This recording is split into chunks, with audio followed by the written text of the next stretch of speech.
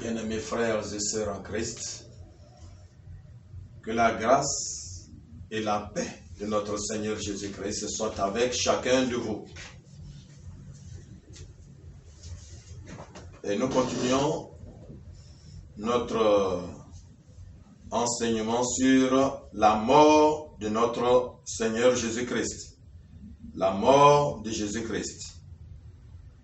Nous avons vu que Jésus est réellement mort parce que sa mort est un fait public. Les chefs religieux et les chefs politiques l'ont crucifié. Les disciples étaient témoins oculaires de sa mort.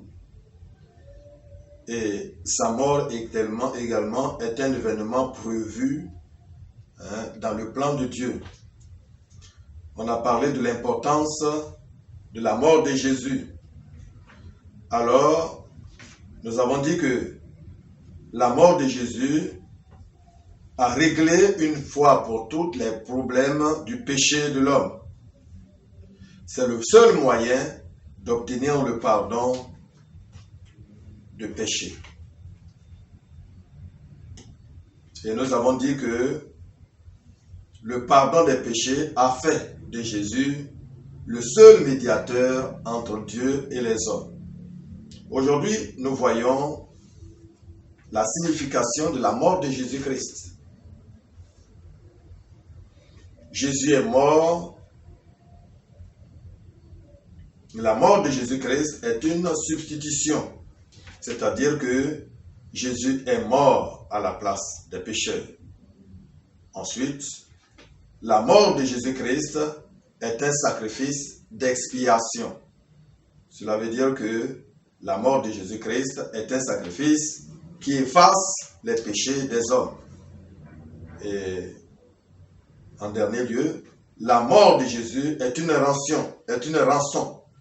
C'est-à-dire que la mort de Jésus-Christ est le prix à payer pour libérer les pécheurs, esclaves du péché, de la malédiction, de la loi et de l'esclavage du diable. Donc nous commençons. 1. La mort de Jésus-Christ est une substitution. Comme je l'ai dit, Jésus est mort à la place des pécheurs. Quand nous lisons dans l'Ancien Testament, Ésaïe 53, verset 6, la Bible dit que nous étions tous errants comme des brebis, chacun suivait sa propre voie, et l'Éternel a fait retomber sur lui l'iniquité de nous tous. Dans 1 Pierre 2, verset 24, nous lisons, lui qui a porté lui-même nos péchés en son corps sur le bois, afin que, morts au péché, nous vivions pour la justice. Donc nous voyons que, d'après ces textes, c'est pour le péché des autres que Jésus-Christ est mort. D'après Romains 5, verset 12, nous mourons parce que nous péchons. Jésus-Christ est né saint et il a obéi au Père en toutes choses et durant toute sa vie. Il n'a pas connu de péché. Donc, on peut dire que la mort de Jésus-Christ n'est pas pour payer ses propres péchés, parce qu'il n'en a pas. La mort de Jésus-Christ à la croix est un sacrifice qu'il a fait pour payer le péché des hommes à leur place. Donc, le juste qui méritait de vivre est mort à la place des pécheurs qui méritaient la mort. 2 Corinthiens 5, verset 21 dit, « Celui qui n'a point connu de péché, il a été fait péché pour nous, afin que nous devenions en lui justice de Dieu. » Donc, Jésus-Christ est mort à notre place, à la place de tous les péchés. Il y a eu changement de place. Le juste a pris la place des pécheurs et les pécheurs ont pris la place du juste. C'est ce que nous disent 2 Corinthiens 5, verset 21. Mais pourquoi faut-il que Jésus-Christ meure à notre place ou à la place des pécheurs? Si nous lisons Hébreux 9, verset 22, et presque toutes choses, selon la loi, sont purifiées par le sang. Et sans effusion de sang, il n'y a pas de pardon des péchés. Donc, le pécheur peut passer une éternité de souffrance sans pouvoir payer le prix d'un seul de ses péchés. Psaume 49, 8 à 10 dit, « Un homme ne peut racheter son frère, ni payer à Dieu sa rançon. Le rachat de leur vie est trop cher. Il est à jamais impossible qu'ils vivent éternellement et qu'ils ne voient jamais la force. » C'est-à-dire, l'homme n'a rien pour payer ses propres péchés, et même l'argent ou l'or ne peut pas payer, donc il ne dispose à rien. Il ne dispose rien pour payer les péchés, et pour cela, il ne peut pas vivre éternellement sans voir l'enfer. Mais Jésus peut, lui, payer nos péchés, le prix du péché de l'homme, avec son sang. Parce que son sang est saint et il possède la vie éternelle. Jean 5, verset 26 dit, « Car comme le Père a la vie en lui-même, ainsi il a donné au Fils d'avoir la vie en lui-même. » Et le Seigneur également dit dans Jean 10, verset 18, « Personne ne me l'ôte, mais je la donne de moi-même. J'ai le pouvoir de la donner et j'ai le pouvoir de la reprendre. J'ai reçu ce commandement de mon Père. » Donc le Seigneur Jésus-Christ, il peut mourir à la place de l'homme parce qu'il a un sang de qualité, de grande valeur, et également il peut mourir et ressusciter des morts parce qu'il a en lui la vie éternelle. Mais en l'homme pécheur, l'homme a perdu cette vie, alors il ne peut pas mourir pour ses propres péchés. Et s'il meurt pour ses propres péchés, c'est un étang ardent de feu et de soufre qui l'attend. Et il ne pourra même pas expier ou bien effacer un seul péché pour pouvoir s'en sortir, parce qu'il n'a pas les moyens. Jésus a accepté de mourir par amour pour Dieu et par amour pour les hommes.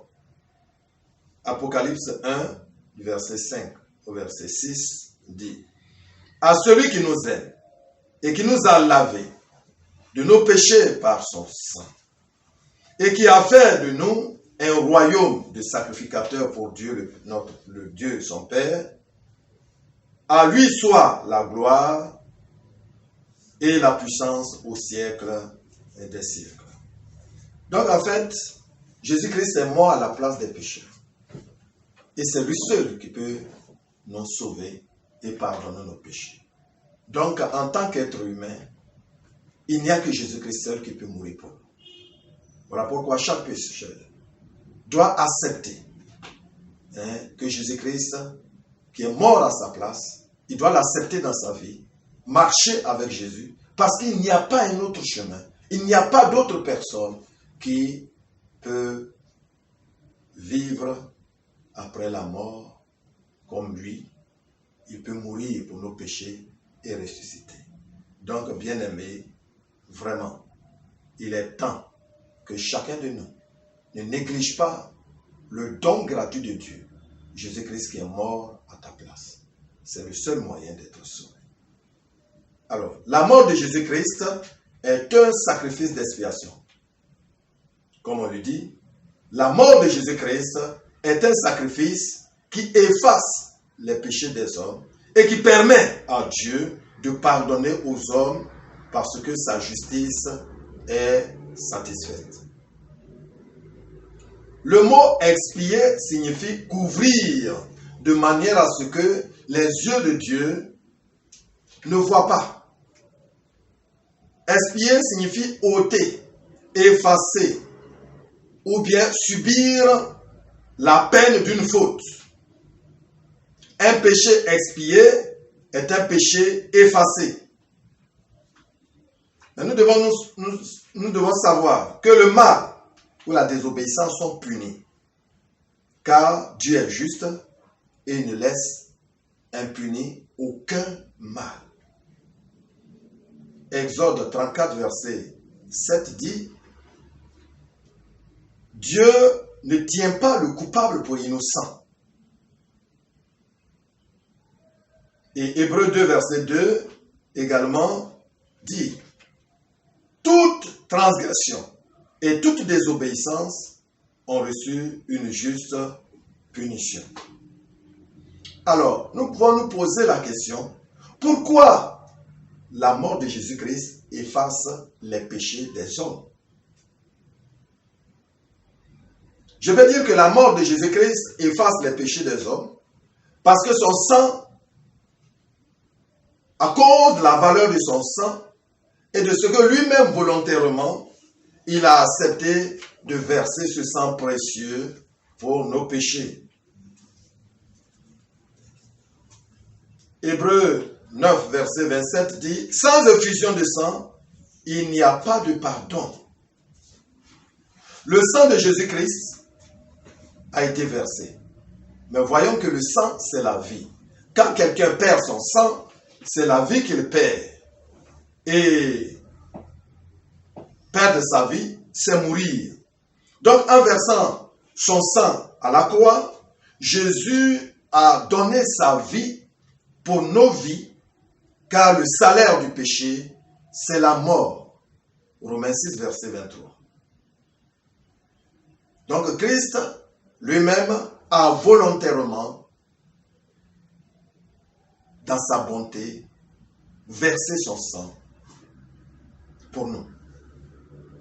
Maintenant, voyons un peu la valeur du sang de Jésus. Ce n'est pas n'importe quel sang qu'il faut répandre ou verser pour effacer les péchés des hommes. Car les péchés contre Dieu, saint et éternel, ne sont effacés que par un sacrifice saint et aussi de valeur éternelle. Ce qui fait que le sang des animaux ne peut pas effacer le péché des hommes. Dans l'Ancien Testament, on utilisait cela pour couvrir les péchés, mais c'est pour un temps. Voilà pourquoi les sacrifices de culpabilité sont répétés, mais toutefois, chaque fois que quelqu'un pêche, il faut renouveler encore le sacrifice. Donc, le sacrifice, le sang des taureaux et des boucs ne peut pas effacer un seul péché. Mais le sang de Jésus-Christ est saint. Il est né saint. Il n'a jamais péché. Et il a été obéissant à Dieu le Père jusqu'à la mort de la croix. Ainsi, il peut offrir un sacrifice parfait pour les péchés. D'autant plus que il n'a pas besoin de sacrifice pour lui-même, parce qu'il n'a pas de péché. Le sang de Jésus contient la vie éternelle. Jean 5, verset 26 dit: car comme le Père a la vie en lui-même, ainsi il a donné au Fils d'avoir la vie éternel en lui-même. Et ce qui prouve que le sacrifice du sang de Jésus-Christ a été accepté, c'est la résurrection de Jésus-Christ qui s'est passée 3 jours après. C'est ce qui montre que Jésus-Christ, Dieu a agréé le sacrifice de Jésus-Christ. Donc le sang de Jésus-Christ, Dieu homme, Dieu fait homme, est saint et contient la vie éternelle. Alors ce sang seul peut effacer les péchés des hommes aux yeux de Dieu, si bien que Dieu peut oublier les péchés confessés. Il dit dans Hébreux 10, verset 17 au verset 18, « Et je ne me souviendrai plus de leurs péchés, ni de leur iniquité. Or, où les péchés sont pardonnés, il n'y a plus de sacrifice pour les péchés. » Donc la mort de Jésus est suffisante pour payer le prix éternel des péchés de tous les hommes commis contre le Dieu saint. Voilà pourquoi nous pouvons dire, à raison d'une cette volonté de Dieu, que nous sommes purifiés du péché grâce au sacrifice de Jésus-Christ, au sacrifice que Jésus-Christ a offert de son propre corps, une fois pour toutes. Hébreux 10, verset 10. Donc, le sang de Jésus-Christ est le seul sang qui peut effacer les péchés des hommes. Bien-aimés, nous devons être vraiment contents d'avoir sur la terre quelqu'un qui peut effacer nos péchés avant de quitter la terre. Donc c'est sur la terre que le sang de Jésus-Christ est versé et c'est sur la terre que nous pouvons nous approcher de Jésus et confesser nos péchés pour recevoir le pardon, nous mettre en règle avec Dieu avant de quitter cette terre. Sinon, sans avoir fait cela, il serait trop tard. La mort de Jésus-Christ est une rançon. Marc 10, verset 45 dit, « Le Fils de l'homme est venu pour servir et donner sa vie comme rançon de plusieurs. » Une rançon est le prix à payer pour libérer un esclave ou un prisonnier. L'esclave n'a pas la possibilité de se délivrer lui-même parce que tout ce qu'il gagne appartient à son maître. Donc c'est un homme libre, bon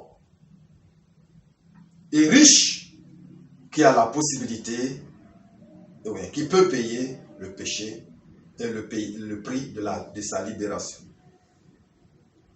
Tous les hommes sont des esclaves du péché. Celui qui se livre au péché est esclave du péché. Jean 8, verset 34. Et par conséquent, personne n'est capable de payer la dette de ses péchés. Jésus-Christ, homme, pur de tout péché, riche parce qu'il possède le sang divin, un sang saint, et bon envers les pécheurs, est venu pour subir la peine éternelle des péchés des hommes à la croix de Golgotha. Et c'est la justice de Dieu qu'il a payé, qu'il a versé ce prix.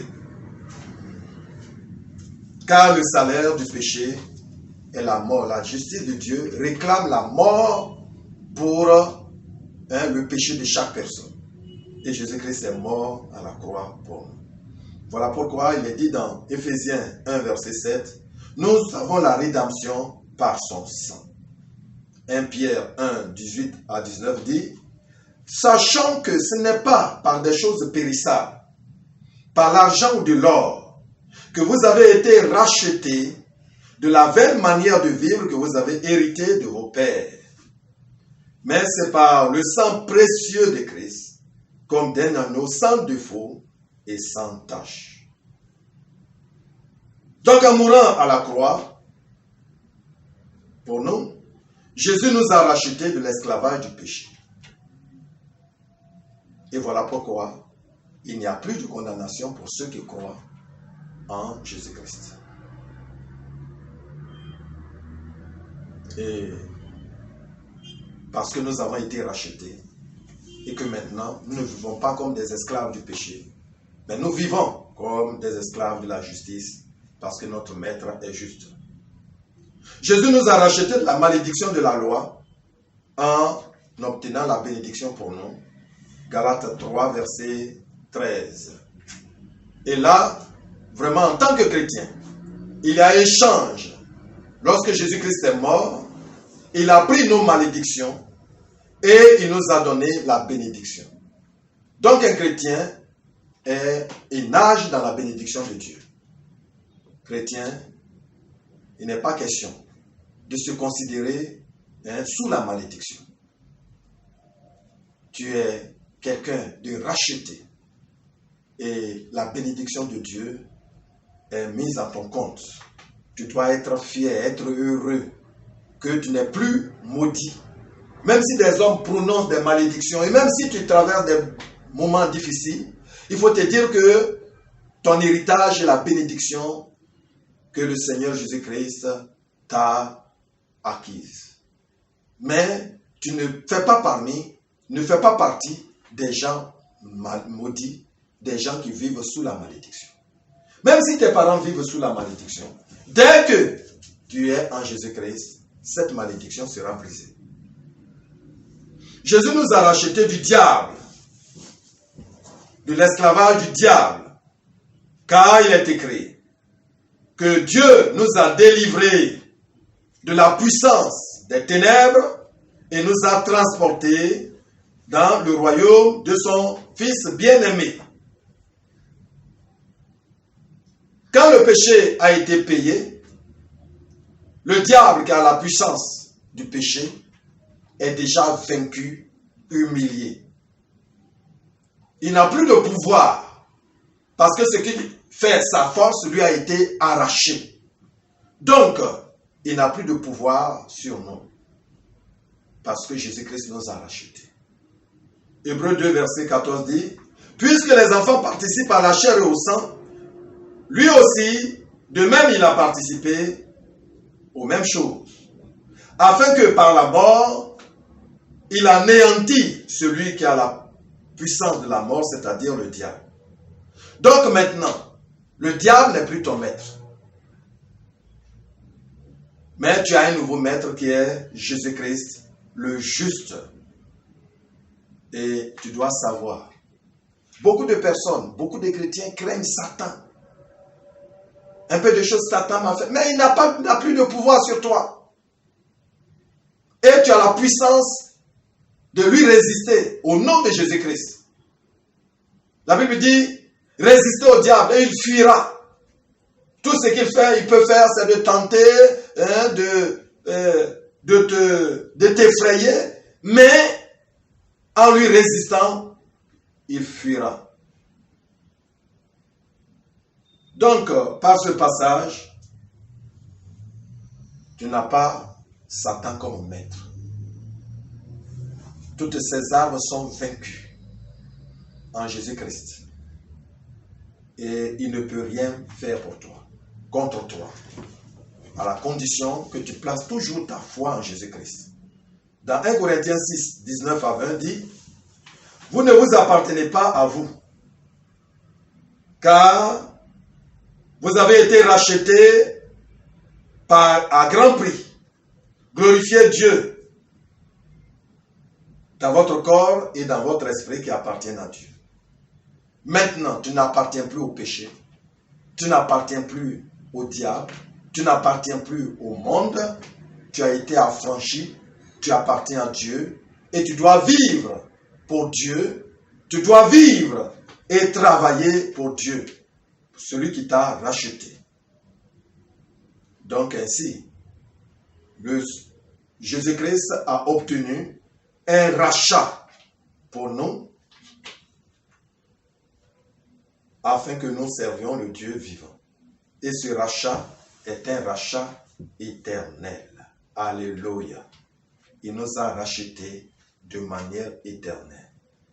Hébreux 9, verset 12 dit, il a offert son propre sang et il nous a libérés pour toujours. Frères et sœurs, tu es libéré pour toujours du pouvoir du péché. Ainsi, le péché n'a plus de pouvoir sur ta vie. Et si tu pêches, c'est parce que toi-même, tu as décidé de pécher. Mais le péché ne peut pas te forcer et accomplir les œuvres du péché. Le diable non plus. Tu peux les résister. Parce que Jésus-Christ est mort sur la croix. Alors qu'il était sur le point de mourir, Jésus s'est écrié, tout est accompli. Toute l'œuvre qu'il faut accomplir pour ton rachat a été définitivement achevée et le sang de Christ nous a rachetés du péché et du châtiment éternel. Ainsi, le sang nous a purifié notre conscience pour que nous servions le Dieu vivant. Alléluia. C'est vraiment une très grande grâce. Nous sommes libérés. Et maintenant, nous sommes dans le royaume de Jésus-Christ. Nous sommes dans la famille de Jésus-Christ. Nous pouvons vivre comme Jésus-Christ. Nous pouvons maintenant obéir à Dieu. Nous pouvons maintenant, par notre obéissance et par le Saint-Esprit que nous avons reçu et qui nous a donné la nature de Jésus-Christ en nous et sa justice, sa vie de justice en nous, nous pouvons vraiment satisfaire à la loi de Dieu, obéir à Dieu. Alléluia. Mais il faut que nous plaçons ainsi notre confiance en Dieu et nous pouvons lui plaire et quitter la terre sans péché et aller au ciel. Que le Seigneur nous bénisse et qu'il nous accorde sa faveur. Vraiment, le Seigneur Jésus-Christ est mort à notre place. Il a expié tous nos péchés. Il nous a rachetés du pouvoir du péché, de la malédiction et de l'esclavage de Satan. Et maintenant, nous sommes des hommes libres, libres d'obéir au Seigneur Jésus-Christ, libres de vivre la vie de sainteté. Merci Seigneur. Père éternel, Dieu des armées, merci pour ce rachat éternel, parce que tu as payé la dette de nos péchés, la dette éternelle. Nous ne pouvons pas payer cette dette, parce que nous sommes des gens limités et notre sang est souillé, et nous n'avons rien également de pur pour payer cette dette. Et si nous mourons, cela ne suffit pas pour couvrir la dette.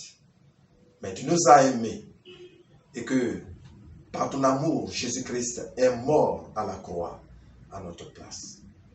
Comme il a dit dans Jean 3,16, car Dieu a tant aimé le monde qu'il a donné son Fils unique Jésus, afin que quiconque croit en lui ne périsse point, mais qu'il ait la vie éternelle.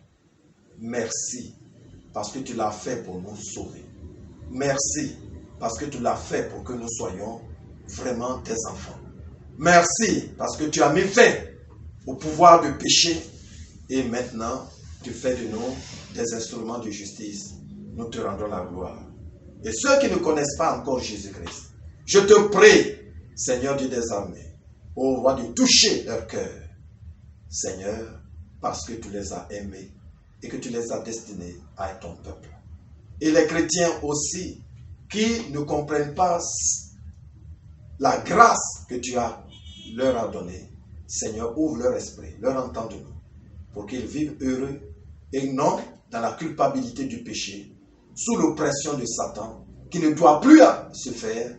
Seigneur Dieu, délivre-les et permets-les de vivre la vie chrétienne victorieuse, la vie chrétienne pure et sainte, la vie chrétienne obéissante. Que ton nom soit glorifié. Au nom de Jésus-Christ. Amen.